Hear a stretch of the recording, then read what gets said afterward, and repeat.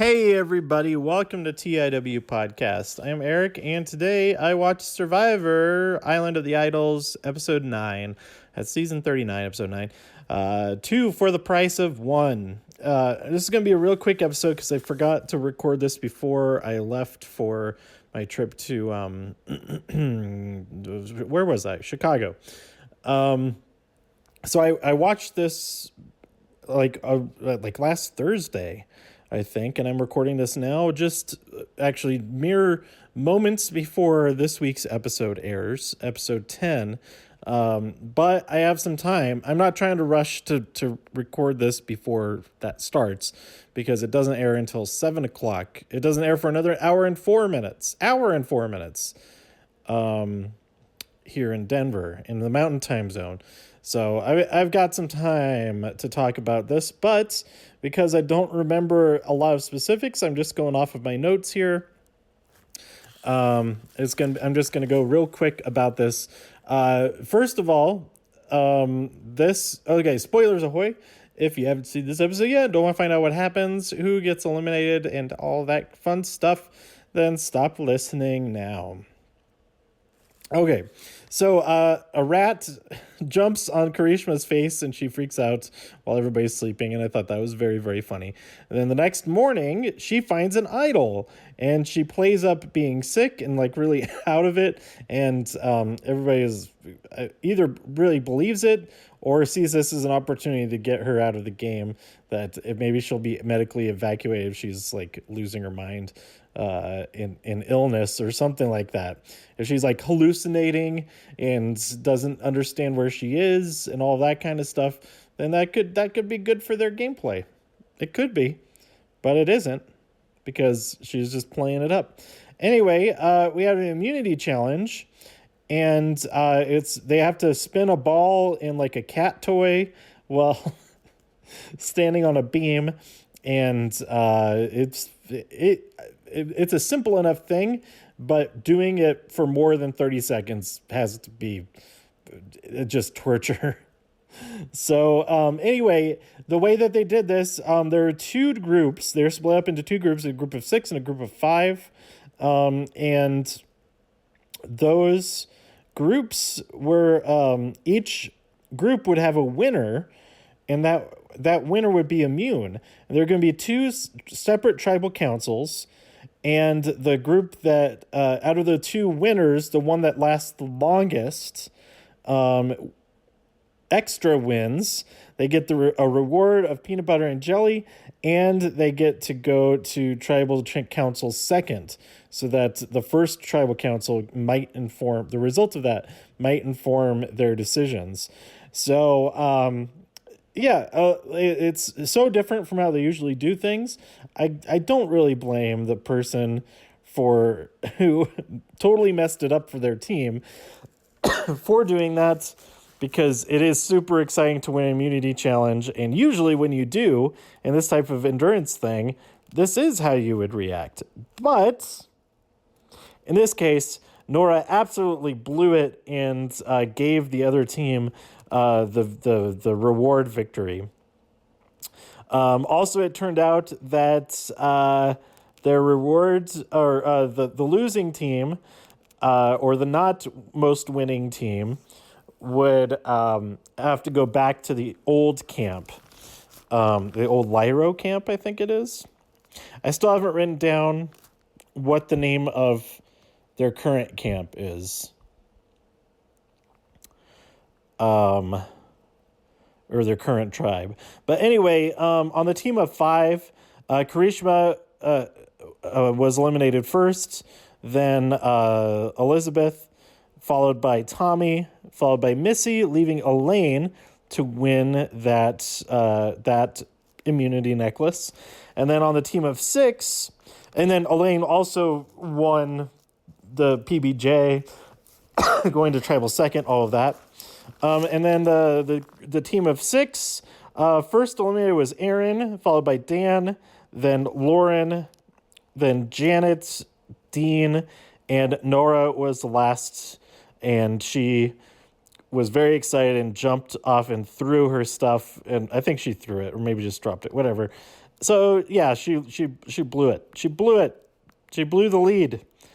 Because there was still, I mean, she could have still stuck in there. She might have blown it anyway. We don't know. But anyway, I wrote down this quote. I can't remember if it's something that someone said or if it's something that I thought. It's in quotes, so I think somebody said this. But this is a weird challenge to do. Somebody said that, I don't remember who, but I totally agree with it. And I agreed with it at the time because I wrote it down. Yes, it is the old Lyro camp. I wrote it down a little bit further down. So, yeah, there's all kind of strategy going on in the team of 5.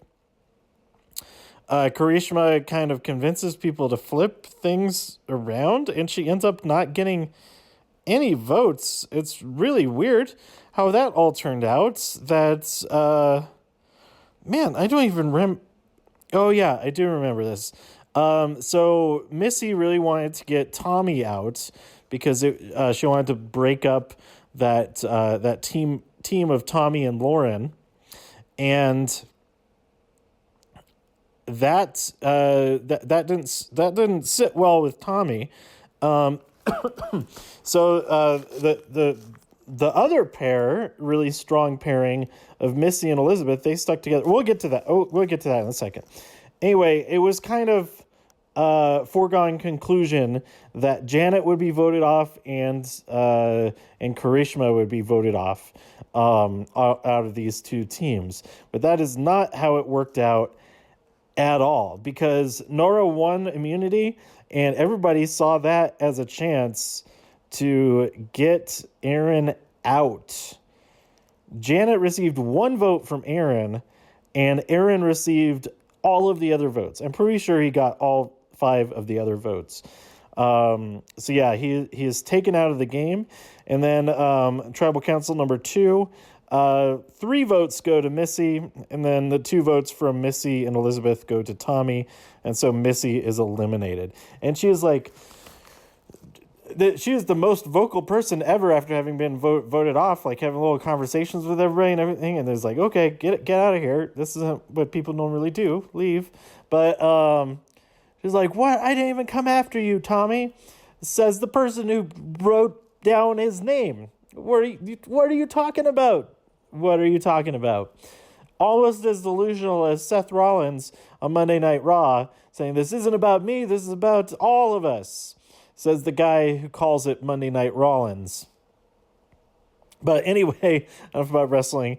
I totally forget what the previews are for next week, but I did want to talk about the way they did these tribals on this episode that I really, really wanted them to do a one world type situation where every challenge was determined in this way. I mean, they do it after the merge for rewards all the time, but to do it at the beginning of the show, right off the bat, have everybody living together, that there's no set alliances because every single tribal council, every challenge, every tribal council, it's a different group of people. I think that could make the game really, really interesting. And maybe, hopefully, this episode was like testing that concept out on a little bit smaller, more manageable scale to see how that goes. And I thought it went extremely well, because if it was again like the last man and the last woman standing, who get the immunities, and then they actually have to, it's a surprise, they have to vote again, it would have turned out completely differently than it did, I think. So, yeah, I thought this really turned I don't know if it really turned, yeah, it did turn the tide, because I think if they had not eliminated Aaron, then he would, this challenge was an anomaly, I think, for him not winning. So they had to do it. That was the smartest move, I think. But yeah, I really want to see that in a future season where it's like one world, except that the tribes who's in the challenges, who goes to tribal council, and they could even do like teams of 3. It's like it doesn't have to be a complete half and half. It could be teams of 3, so you only end up sending like 7 people to tribal council, and that could be really interesting. I don't know. But I think it could work. I think it could make for a really, really cool season. But of course, it always depends on the people actually doing it. So there you go. We have now we're down to 9, right? 6. So there were 11 and 2 were eliminated, so we're down to 9 people. I think another reason they did that for this one is that they hadn't had any medivacs yet.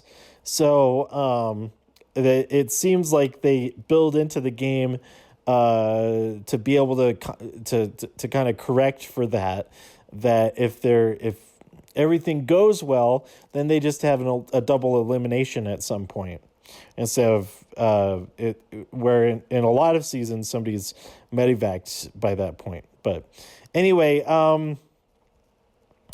yeah, I like this episode. And I'm looking forward to see what happens next. I'm sure there's a bunch. Oh, I liked that Elaine was just talking about how cool it was to win, and that this was like a did she say hillbilly or a redneck game? This challenge was like a whole redneck or hillbilly type of thing to do, and so I thought that was pretty funny. Personally, I think it was like a cat toy thing, because when we had cats, we had one of these ring things. Although the ball couldn't come out of it, that was the thing that made it a cat toy. If the ball can just come out of it, then it's just a ball and like a ring thing. There's no way the cat is operating it in this manner, but. Yeah, I would do that with that cat toy all the time. So I think I might have been pretty good at this challenge. Although again, it's impossible for it to come out of that cat toy when you're spinning it. You could force it out of there, because it's like a plastic. The thing that I'm thinking of is plastic, so there's some give to it. So if you wanted to get that ball out, you could, but it's in normal operation, it's meant to stay in there. Anyway. Yeah, I think that challenge would have been pretty fun.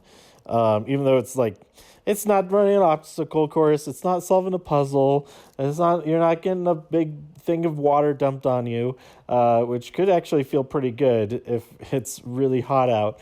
But yeah, it seemed like a pretty fun challenge. So yeah, that's it. That's all. I'm looking forward to, I forget what the preview for next week was going on about, so no predictions there. I kind of don't really care who gets eliminated anymore or I hope everybody's eliminated, and then they bring back like a couple of people from before the merge that they go on to win somehow, or Sandra and Rob, they can win. How about that? Yeah, this episode did not have the Island of the Idols, so that was maybe like the one negative of this episode, but we'll see what happens. So yeah, that's it. Let me know what you thought about this episode by tweeting me at TIW Podcast. Go to TIWpodcast.com for more reviews. If you enjoyed this episode or anything else on the site, please share some links with your friends. Subscribe on iTunes, Spotify, Stitcher, YouTube, wherever you like to listen. Stay safe out there in all the infinite multiverses, so I can see you next time here on TIW Podcast. Bye.